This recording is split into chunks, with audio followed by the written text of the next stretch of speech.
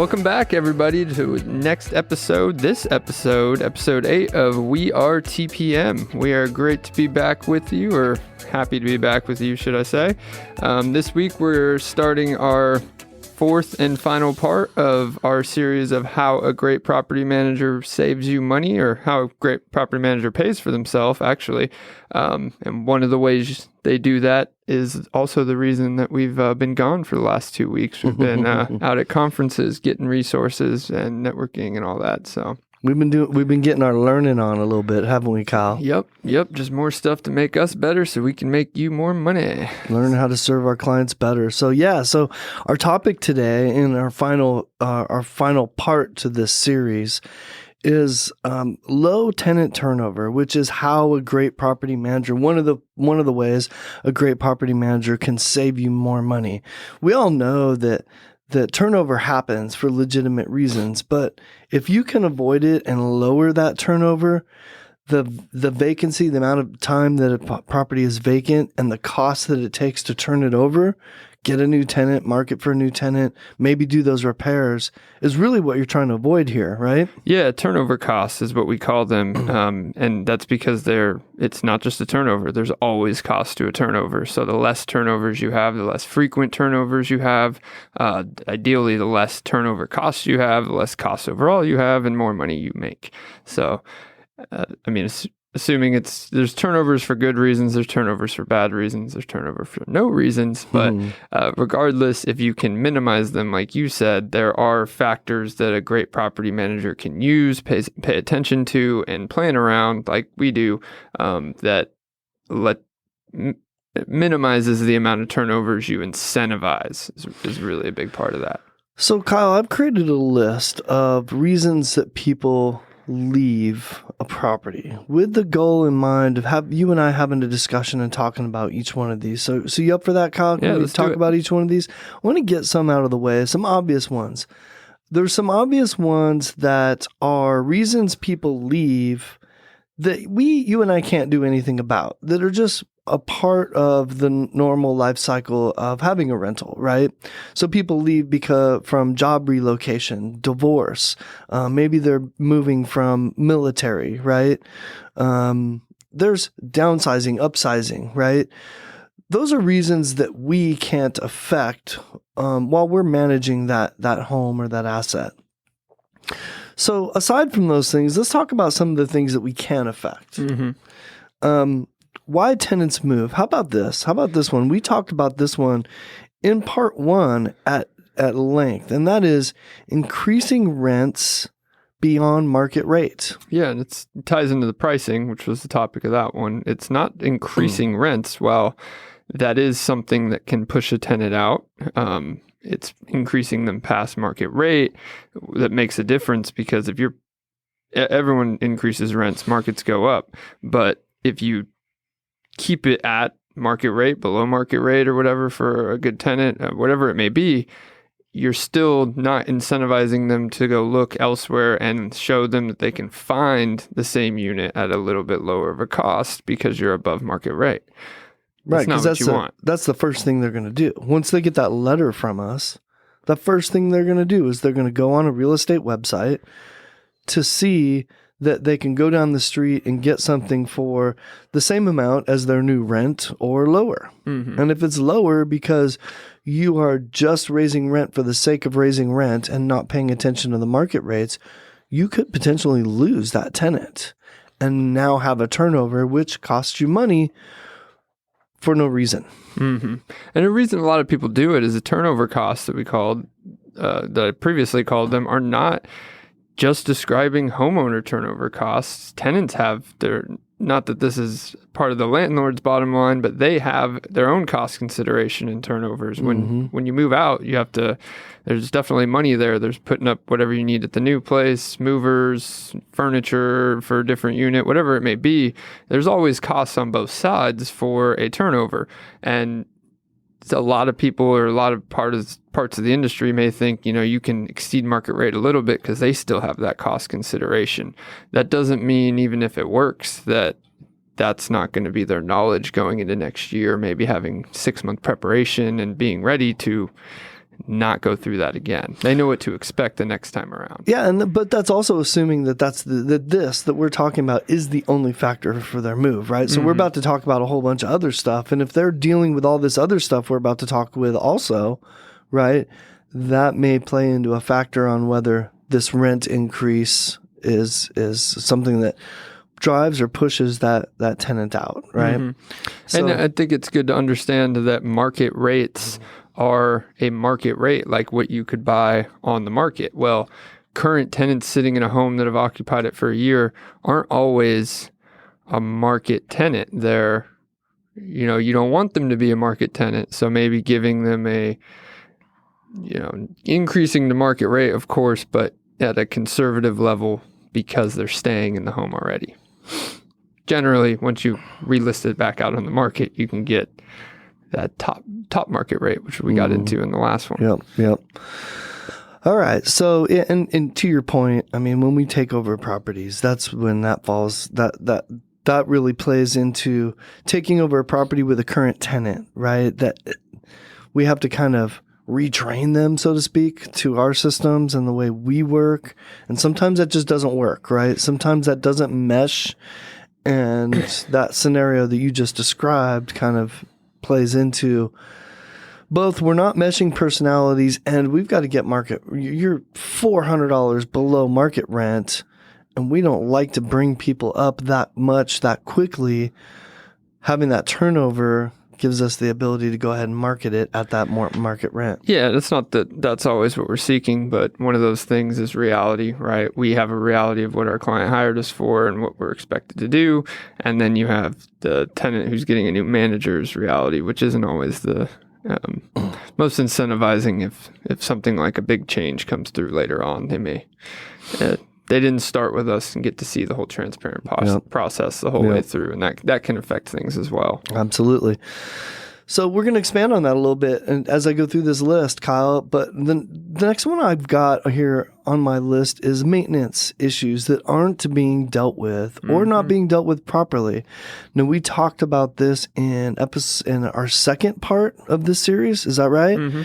And we talked a lot about this, and maintenance is probably, this might be the biggest one that drives people out, if from my experience. Yeah, I mean, if you have problems with your house that you're renting and they don't get fixed, and it's not your responsibility to fix them, and it can be a very frustrating process, especially in times where a property manager you may have isn't fixing something because maybe they don't have the responsibility to fix it. The landlord doesn't. It's not supposed to be fixed, but that communication aspect isn't handled. They don't communicate that properly. They don't give an understanding before and after of who's responsible for what. Well, even more importantly than other property managers, I mean, most properties aren't managed by a property manager. So most properties are managed by a homeowner, right, that doesn't know and understand the property code. Or at least they don't have the rental business sense from, the vast experience of years and doors that a property manager might have, right? So their experience is the one or two or three doors that they have, which, that's limited experience. And so they don't always make the greatest decisions, do they? I mean, sometimes they think they're making really good decisions, but it's not based on industry standards. It's not based on property code. It's not based on real good business sense. Mm-hmm. Yeah, and we have requirements as property managers to know these things all across the board, where a landlord doesn't necessarily have that requirement. I mean, there's different points there, but not operating it and knowing on it all the time, or having not clear standards to what is being done or isn't being done, can cause a whole bunch of problems. So yeah, and you tie these first two in together, you get a rental increase that's beyond market rent, and I've got a foundation issue that you haven't dealt with and haven't even sent anybody out at, and I've been telling you about it for 2 years. That creates a lot of frustration for a tenant, doesn't it? Yeah, it does. And that comes down to, call it telephone or having multiple pieces. There's 3 parties involved most of the time. Like when you have a property manager, there's 3 parties. They all have different responsibilities and desires, right? Doesn't necessarily apply to the property manager. We're operating based on the landlord's desires and all that, but the communication and story or whatever's going on at the home and with the tenant is something that landlord and desires aren't accustomed to where we are. So it's the middleman game, but it being as seamless as possible can have a big swing of the result of something as big of a change as increased rent, new manager, and maintenance issues that have been sitting around for 3 years. And now you have a property manager that's coming on, and you can throw them all that way. That can go good, that can go bad. So yeah, no, absolutely. And you slid right into my next point. And that really is transparent and honest communication. So we find, Kyle, like we're very systematic about how we communicate with people, what we say to people, and how we really treat people, right? And through that process and the systems that we have in place and how we train our staff to be, everybody's on the same page. Everybody's talking the same language. Everybody's saying the same things. And because of that, our tenants know what to expect from us. Mm-hmm. And that's really the issue is when it's transparent, honest, and predictable, that's really makes that whole, that relationship that you just described, it makes it so much easier. Yeah, and sticking to it, knowing we're going to stick to it. Like it's only transparent, honest communication because it's predictable, right? Like if I get a call from a tenant that told me about a whole conversation he had with one of our staff members or with you, I don't need to ask them what the conversation was about. I know what your concern is. I know what they told you. It's not in the back of my mind. I wonder what they said. It's just not. I know what you said, because if you said anything different, yeah, we have a quick training point to go deal with, but they'll tell me if it was different, because most of them will have a very clear understanding pretty quick out the gate of how we operate, because we make it very clear, and that you're going to get the same answer no matter who you call. We're not playing it's common in these scenarios to get a telephone game going. If let's play one person against the other. Exactly. Yeah. Like I'll call him, see if I buy it. Oh, he didn't buy it. Let me call him, blah, blah, blah. It's never worked with us because we're all giving you the same answer. And usually it still gets tried, but it's quickly figured out. So it's because we're transparent with why we're doing stuff on top of what we're doing. And that's what a lot of people leave out, is telling somebody this is what's happening and dealing with it is part of the business. Telling them why I'm telling you it's happening and dealing with it is part of understanding. And understanding is huge in really any communication.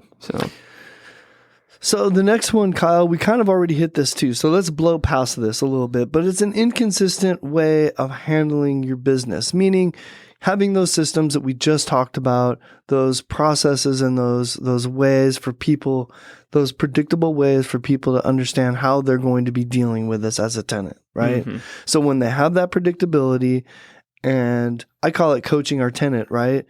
But we're only able to coach them when we put them in the home, and then we're able to, they get our emails, they get our training videos, they get all of us from the very beginning, so they know what they're getting, right? And everything's predictable from that point on. And that's kind of what we were just talking about. Let's get into another good one here. And this is one that in 2021 is probably a bigger deal than it has been ever before. And that is having too few payment options.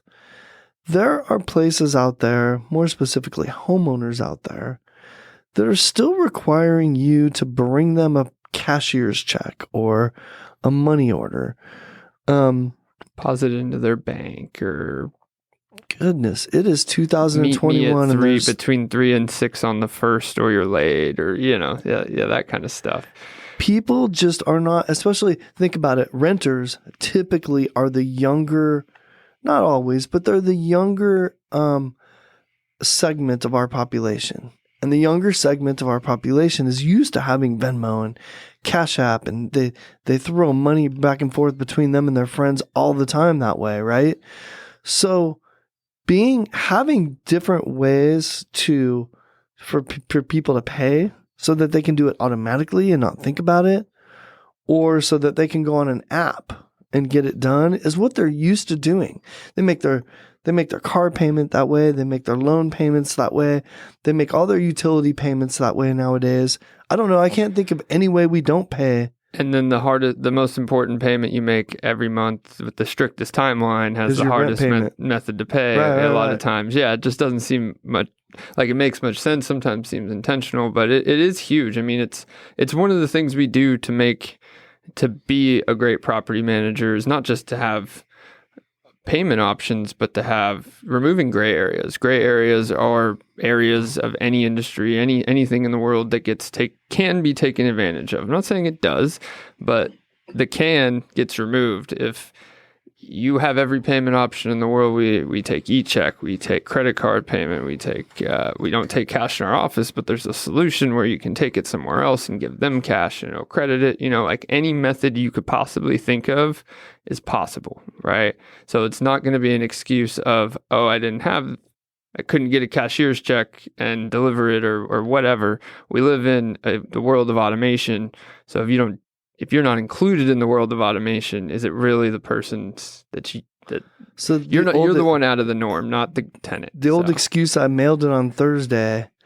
Not only does it not work anymore because we have 21 other ways for you to pay, but we would probably at least internally laugh at you a little bit, right? I mean, who mails a check anymore, right? Well, yeah, it seems like one of those gray areas it's trying to intentionally use, right? But when you have e-checks or you have the world of ACH, it doesn't make any sense. I had a conversation once with a tenant where they said they mailed a check on Thursday or whatever a week ago, and telling me they have a picture of it to prove it, and I'm like, well, take that picture.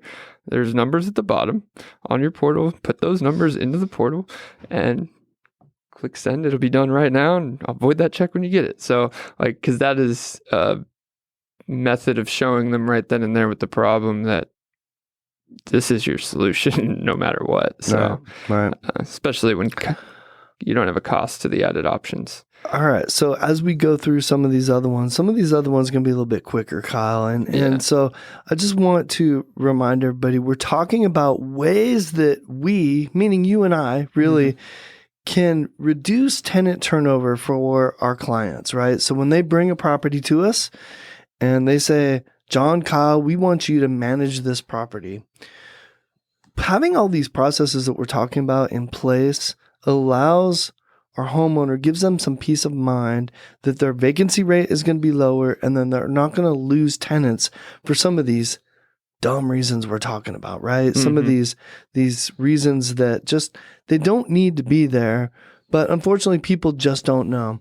Well, and some of these things aren't new, right? And there's so many new things happening constantly in our industry and the world, and tech that gets added and wanting to try new things. Well, getting a baseline in what's already existed for a long time, I think, is a very important starting point, at least. Right, so. right.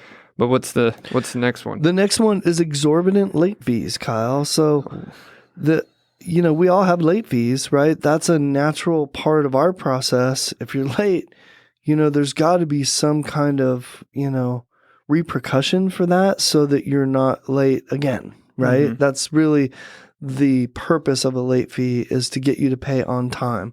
Most of our homeowners have mortgages, not all of them, but most of them do. And when they do, their mortgage is due on the 1st of the month, isn't it?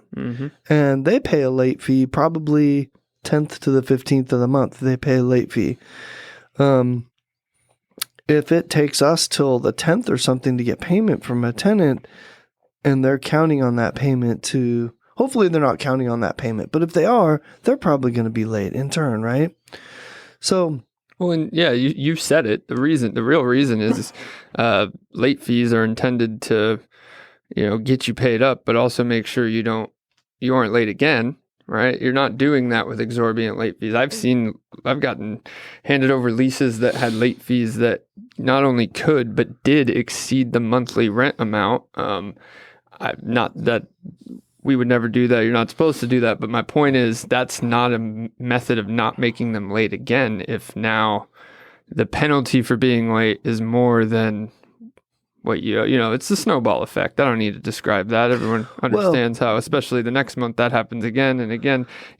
Yeah, and we've all been late to something, right? None of us are perfect. So we all have a bill that we forgot about, we thought was on auto pay, we closed an account, something happened, right? It's happened to all of us, no matter how responsible we are with our bill paying. And Kyle, you would probably be angry I know that you've got great credit and you're really good at paying your bills and making sure they're paid on time. I know you are. But if you had one of those moments where you just forgot about, I don't know, your car payment and it was a couple days late and they charged you, I don't know, $300-$400, which is almost a car payment, right? To be late, that would anger you, right? You would probably consider refinancing that into a different loan that didn't do that when you had. I'd instantly go refinance it. Honestly, it wouldn't be a consideration. Yeah. I mean, it's, I believe in having respect for your service, no matter what service you provide. And I wouldn't call it that, that same definition. So, Steve, I don't know if this, if this microphone is picking up my cough, but I'm trying really hard through this podcast not to cough. I've got a little bit of a cough, so please forgive me if it's picking it up, y'all. Well, and to extend on that one a little bit, since I know it's not one of your items, is also rent reporting goes into that. Tenants actually appreciate rent reporting because they know it can help them get another one in the future, that it can give them a standing, and it also gives them a reason not to be late. Not that the fees don't, but knowing that to the rent bureau is going to see, yes, I have three years of history. It won't be hard for me to prove that later on. That's powerful, because it's one of the hardest things. Rent verifications, which we talked about before, can be a difficult process. So that's a really good point, Kyle. And rent reporting could help keep your turnover down, right? Because everybody's so focused on their credit score for whatever reason. Mm-hmm. They're tired of going to the car dealership and getting the high interest rate or no interest or not getting approved.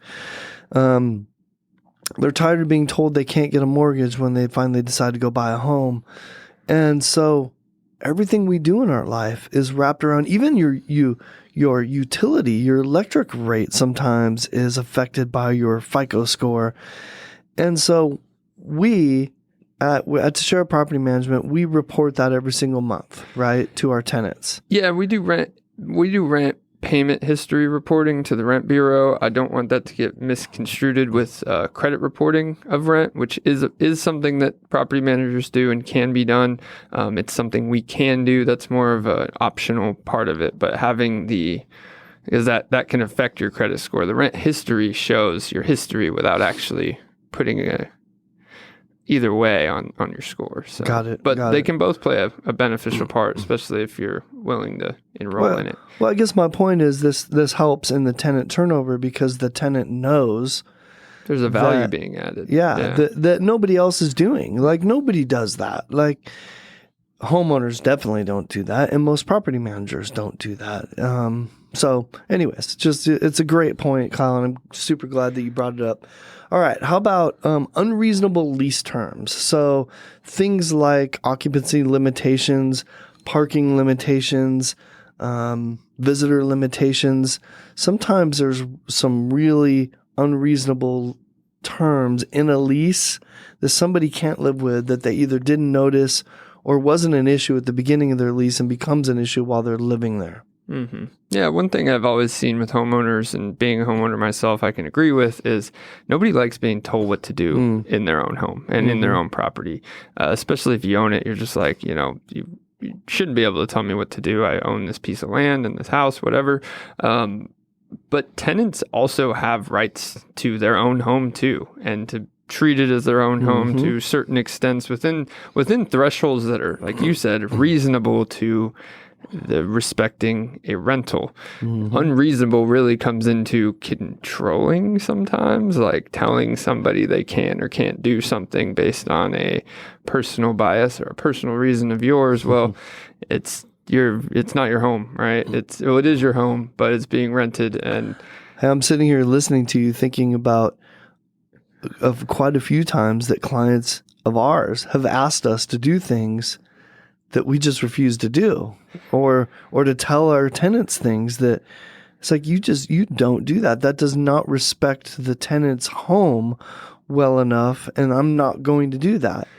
And I'm super glad that you have us in the way of you know, from making that mistake, because, you know, that's... Yeah, sometimes we have the protection of being, we can't do this because it's not allowed to be required. But there's times where it's just like, you know, morally, you know, that can't be done. You know? Or it's just not a good business decision sometimes, you know? No, so. They don't see I'm not going to put anybody out there, any of those reasons or requests out there, but there's always a result from, if we were to implement that request into a lease term, you know, that would cause things that you're not thinking about, right? So that's why we're here. All right, let's blow through these last few here, Kyle. How about new pets? New pets, or, you know, maybe you have a pet policy in your lease and you decide to go out and get a puppy, and you realize that there is, I don't know, an exorbitant amount of pet security deposit, pet rent, or they don't allow your breed. Something like that might push you out. Right? Yeah, pets are one of those things that always seems to get brought up, or is common to get brought up. And there's always good reason. There's some times where there is good reason. Some houses, some complexes, there's situations where having pet restrictions or certain pet terms totally apply and are needed. But knowing what those reasons are and making a decision on pets based on those reasons, I think, is hugely important. And that sounds redundant, but it's really not, because the terms on pets can be decided based on no reasons, just a personal, I don't want pets because I know this is going to happen and blah, blah, blah. The biggest thing I tell clients is not allowing pets doesn't just get you non-pet home or people without pets. It also removes your ability to get anybody who may want a pet in the future, which is like everyone, right? Yeah, right. Little Johnny wants a new puppy. Yeah, you tell people they can't have something and they want it, right? And now they're going to go find a new rental that'll allow it, or just knowing that they're going to live in this home and have the opportunity to get pets. They may live there for 7 years and never go get a pet. And now you had no pets and you would have lost that great tenant solely because you took something from you took an option away from their life. So, well, that goes back to what you were talking about before. Nobody likes to be told what to do, right? No, nobody does. So how about this one? This one I think is actually pretty big for us, because we've had a lot of success in this area, and that is, I've kind of categorized it as personalities, right? And what I mean by that is, we touched on this earlier in our conversation, the personalities in our office, in the people that are dealing with the tenants and the properties, the contractors, our staff, us, everybody involved, that's all of those personalities, they all have to be on the same page with the way they communicate, with the level of respect they have for the tenancy, right? Understanding the relationship between homeowner, property manager, tenant, all of that stuff. When we're all on the same page and we have great personalities dealing with it, that are actually human and treating other people like humans, it just makes it again, back to low turnover. It helps keep your turnover down. It's one less reason for somebody to say, you know what? I'm tired of this place. I'm tired of dealing with this homeowner, this property manager. I'm out of here. Yeah, it comes down to dedication, and dedication to could be a property manager, could be whatever it is. I've talked a lot about this over the past couple of weeks with people in the industry. Is it doesn't matter how big or small you are, you can have a personalized setup, right? We're all about structure and processes and those things being scalable, but they can scale with not being tossed around phone lines to a different person every time you call in and all that stuff. You can dedicate people to certain portfolios, certain pieces, so that at least those tenants know that that there is somebody who can help them solve their problem, that is not just going to solve that problem, but can have some either access to or already have knowledge of your previous issues, of your experience at the home, because experience matters. So when you're just talking to someone new every time, they have no idea what your experience is. And if it's intentionally like that, then they probably don't have access to any of your previous problems either. So Right. that can be two big different sides of the coin in this industry, because I've seen it done both ways, intentionally done both ways.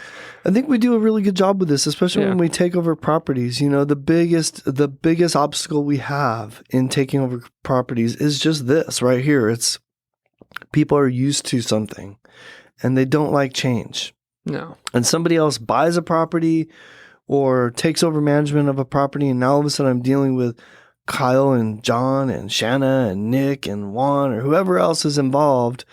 And it causes some stress, some natural stress, and there's a little bit of pushback until they get to know us and until they get to talking to us a little bit and realize, okay, maybe this isn't going to be so bad. You know, we're reasonable. But anyways, I think... And we try to make each one of us handle certain and make it known that this is who handles this piece. This is this person's role and that so person's that you role. Right? Not only you know who to call, but you can have confidence in that's how stuff is being dealt with. At least it's not a new thing every time or whatever it may be. So I got one final one, Kyle, and then we could wrap this discussion up. But my final one that helps with tenant turnover is I call it ancillary services, right? Or add-on services that we offer or can offer to our tenant to make their tenancy easier.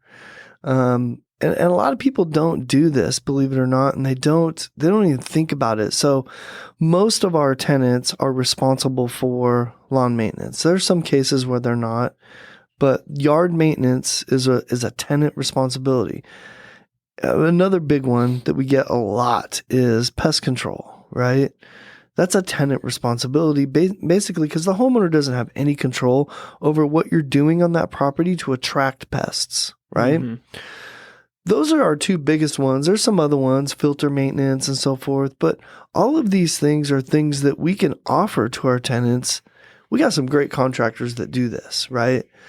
So we can go to our tenants and say, hey, for $25 a month, we can have this company come out, mow your lawn for you so you don't have to worry about it, and we'll add it to your account.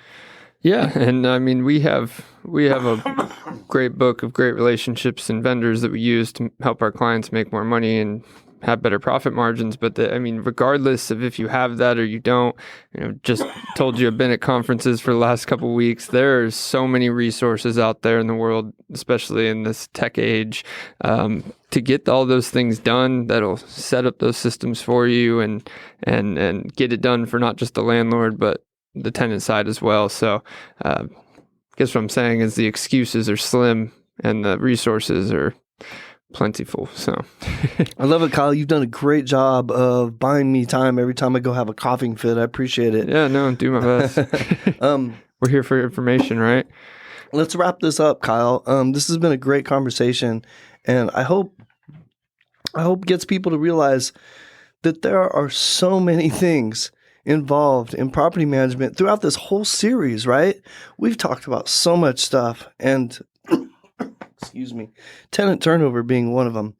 I'm going to let you wrap this up, Kyle. Yeah, so to wrap it up, tenant turnover is a kind of a token word, but tenants leaving the home because of reasons due to your property manager is one way that great property managers help you make more money is not doing that, right? So the huge not in tenant turnover is don't push your tenants out. Your homeowner can do things that'll push your tenants out based on decisions, but at least that's not the property manager incentivizing it. So if you want to see numbers, more information on any of these topics, see how we can make you more money or we could make your portfolio better and put under these processes, shoot us an email. We'll evaluate it for you completely, free of charge. sit down and have a consultation with you just to show you how we can make you more money with your portfolio. And you can do that at showmethemoney@wearetpm.com. Just send whatever you want to send, list of properties, rents, what your lease term's at, or just send me your name and I'll find you on the tax records if you really want, just to make it easy on you. But either way, showmethemoney@wearetpm.com. And I appreciate you guys tuning in for another episode of We Are TPM. And next week, we will be bringing you another great new topic and ending out this series. There you go. Peace out. Kyle and John Teixeira, out. Out.